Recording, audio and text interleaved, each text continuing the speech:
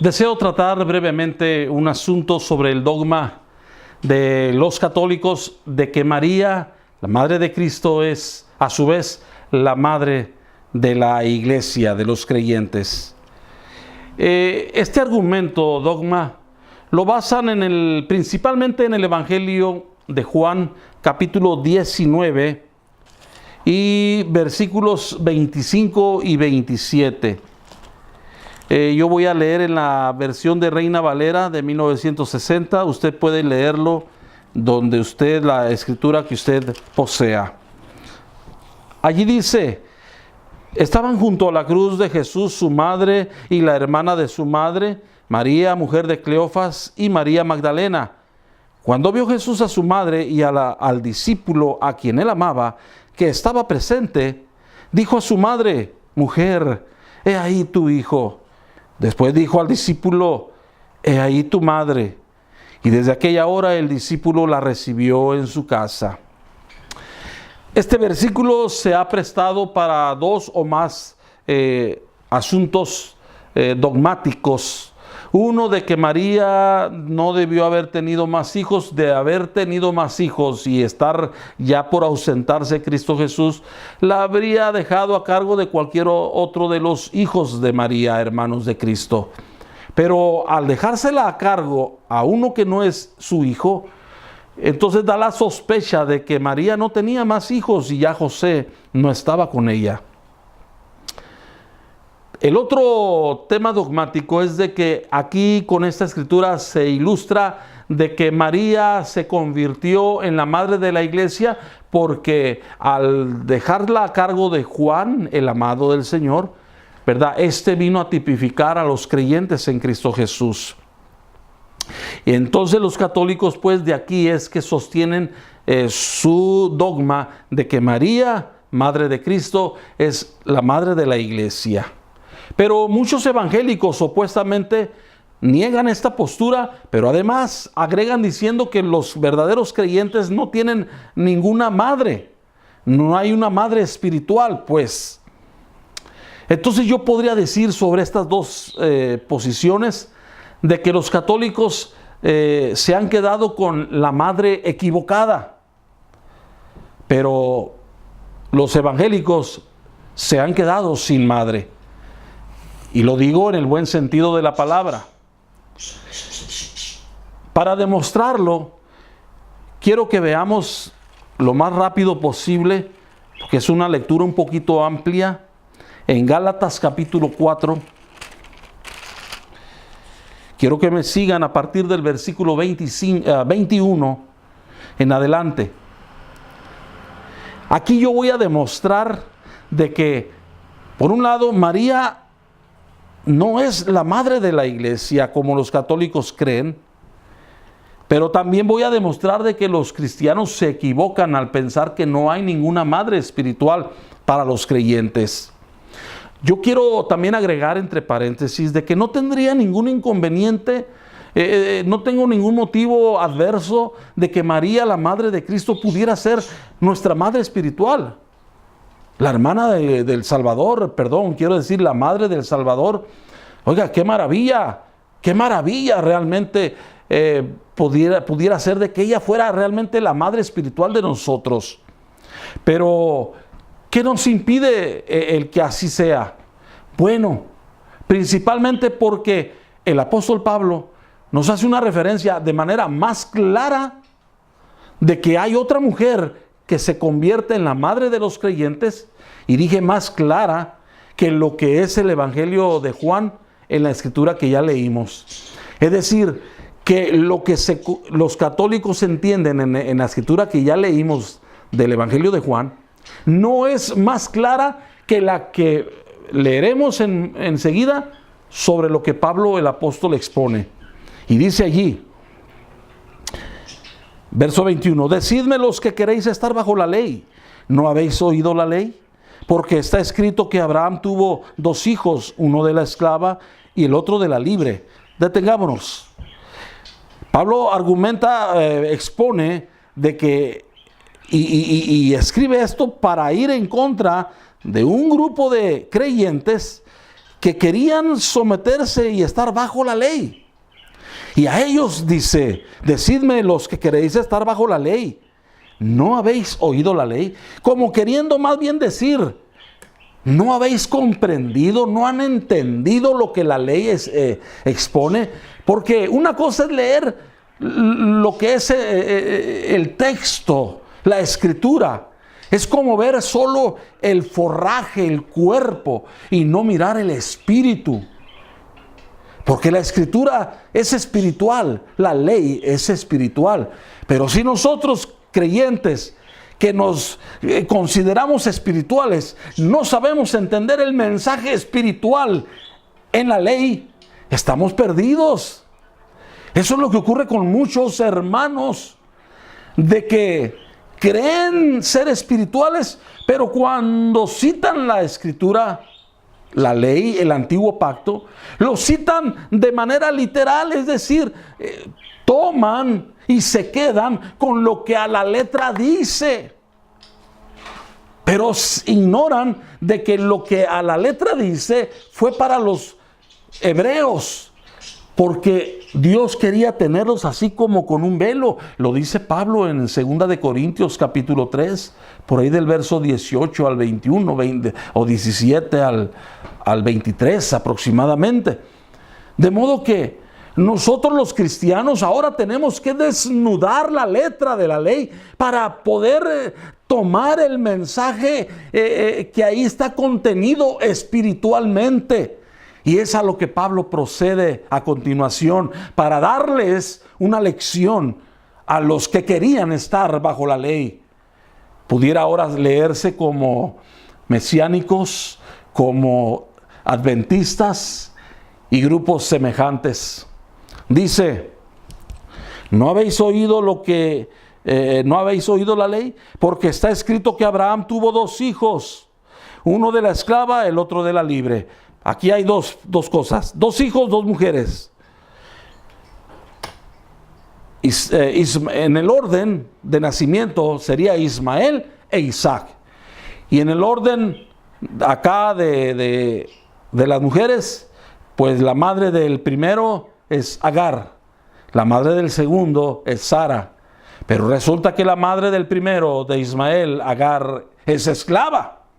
Mientras que la madre del segundo, Isaac, que es Sara, ella es la libre, o ella es libre, no es una sirvienta, no es una esclava. Entonces, Pablo pues dice, pero el de la esclava, o sea Ismael, pero él dice, pero el de la esclava nació según la carne, es decir, nació de manera natural, como ocurren las concepciones, los engendramientos y alumbramientos, por un acto meramente humano y carnal. Mas el de la libre nació por la promesa, queriendo decir que ya Abraham tantos años tenía que ya prácticamente su cuerpo era ya como un cuerpo de muerto. Y por otro lado, Sara, siendo una mujer estéril, más con la edad que ya tenía, entonces esto nació por una promesa, es decir, por obra del Espíritu. Ahí lo dice, pues dice, verso 24, lo cual es una alegoría. Algunas traducciones podrían decir parábola. Lo cual es una alegoría, pues estas mujeres son los 2 pactos. O sea, Agar y Sara, los 2 pactos. El uno proviene del monte Sinaí, el cual da hijos para esclavitud. O sea, el primer pacto proviene del monte Sinaí y da hijos para esclavitud. Este es Agar, la mujer esclava. Pero dice, porque Agar es el monte Sinaí en Arabia. Está dando Pablo una aplicación espiritual. Dice, porque Agar es el monte Sinaí en Arabia y corresponde a la Jerusalén actual. Pues esta, y fíjese, corresponde a la Jerusalén actual. Y entonces la Jerusalén actual pareciera ser pues libre, ¿verdad? Y luego entonces, ¿qué nos está hablando de que el primer hijo, el que nació de la esclava, es Ismael? ¿Qué tiene que ver con Jerusalén? siendo que Jerusalén, la actual, es de los judíos, no de los descendientes de Ismael. Pero es que entonces Pablo está diciendo que los que están bajo el primer pacto están bajo la ley y por lo tanto están en esclavitud. No lo estoy diciendo yo, lo está diciendo Pablo, el apóstol, uno que fue judío. O bueno, Sameón judío, mas no de la tribu de Judá, ¿verdad? Sino de la tribu de Benjamín. Entonces, dice, porque Agar es el monte Sinaí en Arabia y corresponde a la Jerusalén actual. Pues esta, junto con sus hijos, está en esclavitud.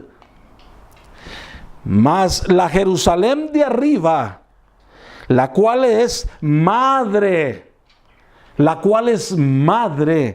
de todos nosotros, o sea, de los creyentes en Cristo Jesús, verdaderamente creyentes en Él, discípulos del Salvador, dice, es, hablando de la que es madre de los creyentes, es libre.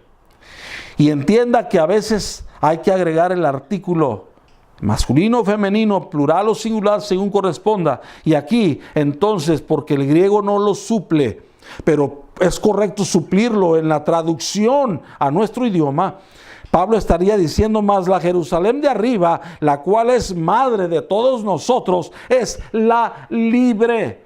Es aquella mujer que es la libre.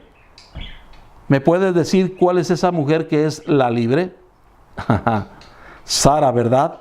La esposa de Abraham. Bien, porque está escrito, regocíjate, oh estéril, tú que no das a luz. Referencia a Sara. Prorrumpe en júbilo y clama, tú que no tienes dolores de parto. No los tienes porque no puedes concebir, es lo que dice la Escritura. Dice, porque más son los hijos de la desolada que de la que tiene marido. Son más los hijos de la desolada, que fue una vez también echada de casa, Agar con su hijo. Más son los hijos de la esclava que de la que tiene marido. Es una verdad. Son más los hijos de esclavitud en general, entre los judíos como entre los gentiles. Son más ellos los que son hijos de la promesa de la que es libre, de Sara. Somos minoría. Somos minoría. Pero por eso es que debes regocijarte, porque estás incluido dentro de esa minoría. Por eso pues dice, prorrumpe, en júbilo y clama, tú que no tienes dolores de parto, porque más son los hijos de la desolada que de la que tiene marido. Así que, hermanos, nosotros como Isaac somos hijos de la promesa. Porque como entonces el que había nacido según la carne perseguía al que había nacido según el Espíritu, ¿de qué manera perseguía el que nació según la carne, Ismael, al que nació según el Espíritu? Es decir, Isaac, cuando se burlaba de él, ¿se acuerdan que Isaac era un bebé? Le perseguía, era una forma de persecución. Entonces, así como Ismael perseguía a Isaac, el que nació según la carne, persiguiendo al que nació según el Espíritu, según la promesa, así Pablo dice también, dando una aplicación espiritual, entendámoslo, un mensaje allí espiritual. Dice, porque como entonces el que había nacido según la carne perseguía al que había nacido según el Espíritu, estoy en el verso 29, dice allí, así también ahora, o sea, los que son hijos de esclavitud, son los que nos persiguen, burlándose, atacándonos, etc. Verso 30, más, ¿qué dice la Escritura? Y ahí viene pues cuando dice, echa fuera a la esclava y a su hijo, porque no heredará el hijo de la esclava con el hijo de la libre. No puede Ismael recibir herencia juntamente con Isaac. No puede recibir herencia el que está bajo esclavitud, bajo el primer pacto, con el que nació según la promesa, bajo el segundo pacto. De manera, hermanos, que no somos hijos de la esclava. ¿Se acuerda que él es Agar y que tipifica el primer pacto y que es la Jerusalén terrenal, la actual? Dice, no somos hijos de la esclava, sino de la libre. Entonces, si somos hijos de la libre, ¿quién es la libre? Hay dos formas de referirnos a la libre. Una de ellas es referirnos a la que era esposa de Abraham. ¿Quién es ella? Sara. ¿Y de qué otra manera pues también se refiere a la que es la libre? La Jerusalén celestial. ¿Estás oyendo? Por un lado está el hijo de la esclava y la Jerusalén actual, la que está geográficamente allá en Medio Oriente. Y por otro lado está el hijo que nació según la promesa, Isaac, pero no para representar a los judíos, que no soy antijudío, que no soy antisemita. Pero esto es lo que está exponiendo el apóstol Pablo. De modo que los que somos creyentes y estamos en Cristo Jesús, somos hijos de la que es libre. ¿Me lo puedes decir otra vez? Sara, ¿verdad? La Jerusalén celestial. Entonces sí tenemos madre. Y se lo digo a los evangélicos que pensaban que no había madre espiritual para nosotros. Es la Jerusalén celestial, si así lo quieres manejar, pero también es la esposa de Abraham, Sara. Y para los católicos entonces les diría, están equivocados en haber comprendido cuál es la madre de los creyentes. Si ustedes los católicos se quieren quedar con María, pues mire que honroso es, yo no digo que sea algo deshonroso tomar a María como madre en la fe.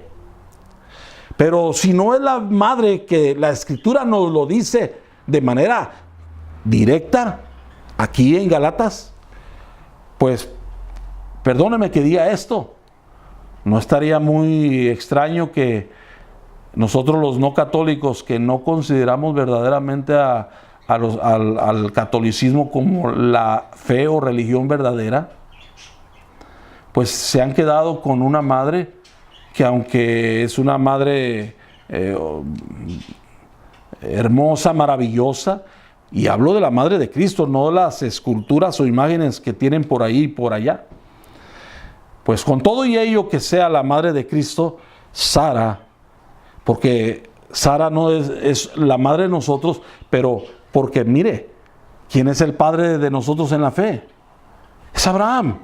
Según lo dice también ahí en Gálatas, capítulo 3, versículo 7, que somos hijos de Abraham. Y esto pues, si somos hijos de Abraham, es que Abraham es nuestro padre, ¿verdad? Como lo dice otras escrituras también. Ya digo que es nuestro padre en la fe. Y si él es nuestro padre en la fe, pues la esposa de él es nuestra madre también en la fe. Y por último, mire, ya para concluir, también les puedo citar como para reforzar este punto, lo que dice en Primera de Pedro capítulo 3, versos 3 al 6. Y con esto quiero concluir. Primera de Pedro capítulo 3, versos 3 al 6.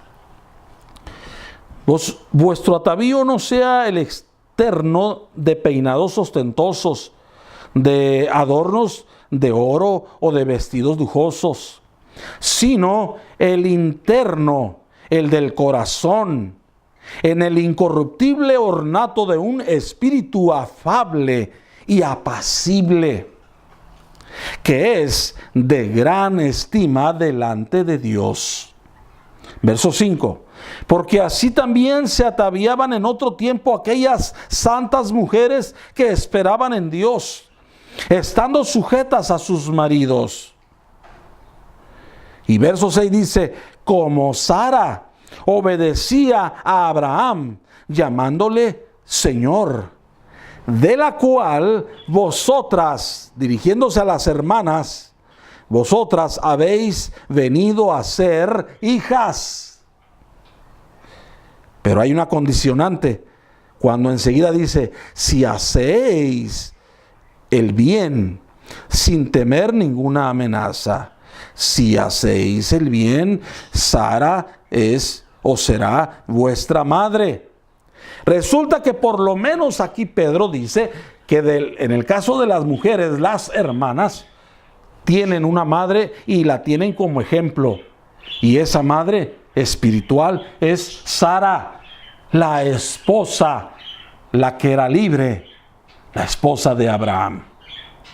Pero si ella es la madre de ellas, siendo que aquí Pedro está hablando un tema particular que atañe a las mujeres, ya visto en general, Pedro también estaría diciendo implícitamente de que Sara también es madre de los varones creyentes.